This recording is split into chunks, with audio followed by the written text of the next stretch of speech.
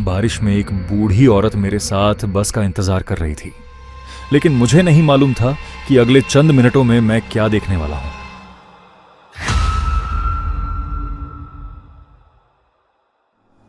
मैं bus stop पर खड़ा था। हल्की हल्की बारिश हो रही थी, जैसे बूंदें जमीन को छूकर खामोशी में गुम हो रही हों। आसमान पर बादल गहरे हो चुके थे और अंधेरा आहिस्ता आहिस्ता सड़क को निगल रहा था। स्ट्रीट लाइट्स एक एक करके जल रही थीं, मगर उनकी रोशनी भी आज कुछ कमजोर लग रही थी। मैंने घड़ी देखी, आखिरी बस जा चुकी थी। कमाल है यार, मैंने खुद से बड़बड़ाया, आज ही लेट होना था। मैं थका हुआ था, भूखा भी। जहन में बस एक ही ख्याल था, काश अभी मैं अपने कमरे में होता, गरम कंबल में, हाथ में चाय का कप। बारिश थोड़ी तेज हो गई। मैं शेल्टर के नीचे खड़ा होकर सड़क को देखने लगा। दूर दूर तक कोई गाड़ी नहीं, कोई आवाज नहीं, बस बारिश की मुसलसल टप टप। मैं इन्हीं ख्यालों में गुम था कि अचानक एक अजीब सा एहसास हुआ। मैं अकेला नहीं हूं। मैंने आहिस्ता से गर्दन मोड़ी। मेरे बराबर में एक बूढ़ी औरत खड़ी थी। मेरा दिल एक लम्हे के लिए रुक गया। ये कब आई?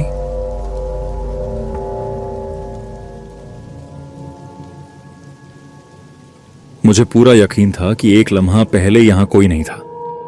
वो खामोश खड़ी थी। उसके जिस्म पर एक पुराना मैला कचेला बारिश का कोट था, जिसका हुड उसके सिर पर चढ़ा हुआ था। वह झुकी हुई थी, जैसे उसकी कमर सीधी ना हो पाती हो। उसके हाथ में एक बड़ा सा लाल बैग था, जो बारिश में भी अजीब तरह से साफ नजर आ रहा था। मैंने हल्का सा गला साफ किया। आप भी बस का इंतजार कर रही हैं? कोई जवाब नहीं, बस खामोशी। मैंने नजर हटाई, मगर दिल बेचैन हो गया। फिर जाने क्यों मेरी नजर नीचे गई और मेरा सांस रुक गया। उसके पैर नहीं थे, सिर्फ दो कटे हुए हिस्से, खून से लथपथ पट्टियों में लिपटे हुए।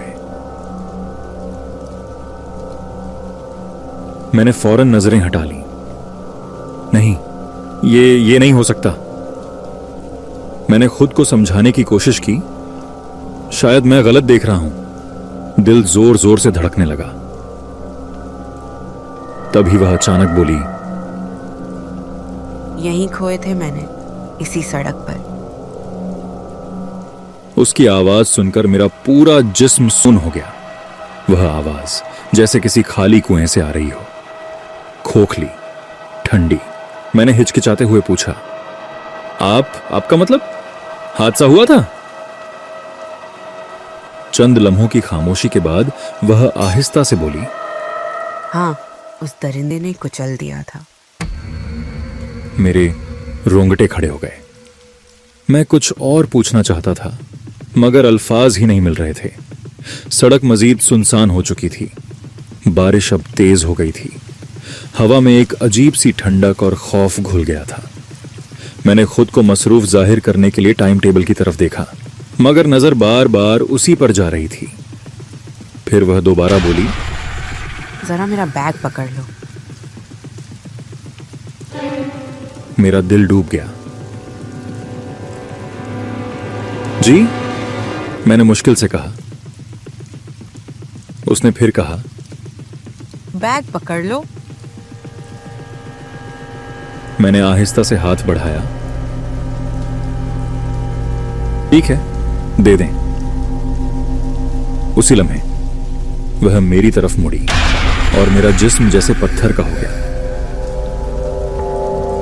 उसका चेहरा नहीं था, कोई आंख, कोई नाक, कोई होंठ नहीं, सिर्फ एक सियाह गहरा खला, जैसे अंधेरा खुद उसके चेहरे पर जम गया हो। मैंने पीछे हटने की कोशिश की, मगर पांव जैसे जमीन में गड़ गए थे। वह आहिस्ता आहिस्ता मेरी तरफ बढ़ने लगी। उसके कटे हुए पैर जमीन से रगड़ खा रहे थे। मेरी सांसें तेज हो गईं। ये ख्वाब है, मैंने खुद से कहा, ये हकीकत नहीं। वह और करीब आ गई। बैग पकड़ लो। उसकी आवाज और करीब और ज्यादा खाली हो गई थी। मेरा दिल बर्दाश्त न कर सका। मैं जल्दी से पीछे हटा और गिर गया और फौरन अपनी आंखें बंद कर लीं।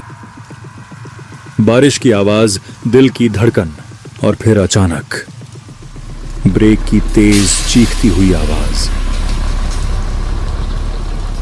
मैंने झटके से आंखें खोली। मेरे सामने बस खड़ी थी। हेडलाइट्स सीधी मेरी आंखों में पड़ रही थीं। मैंने हड़बड़ाकर इधर उधर देखा। वहां कोई नहीं था। ना वह बूढ़ी औरत, ना उसके कटे हुए पैर, ना वह खौफनाक चेहरा, कुछ भी नहीं। ये सब वहम था, मैंने खुद से कहा।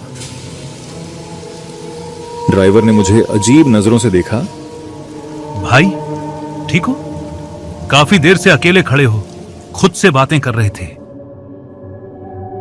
मैंने जबरदस्ती हल्की सी मुस्कुराहट दी। हाँ, बस थोड़ा थक गया था। मैं जल्दी से बस में चढ़ गया।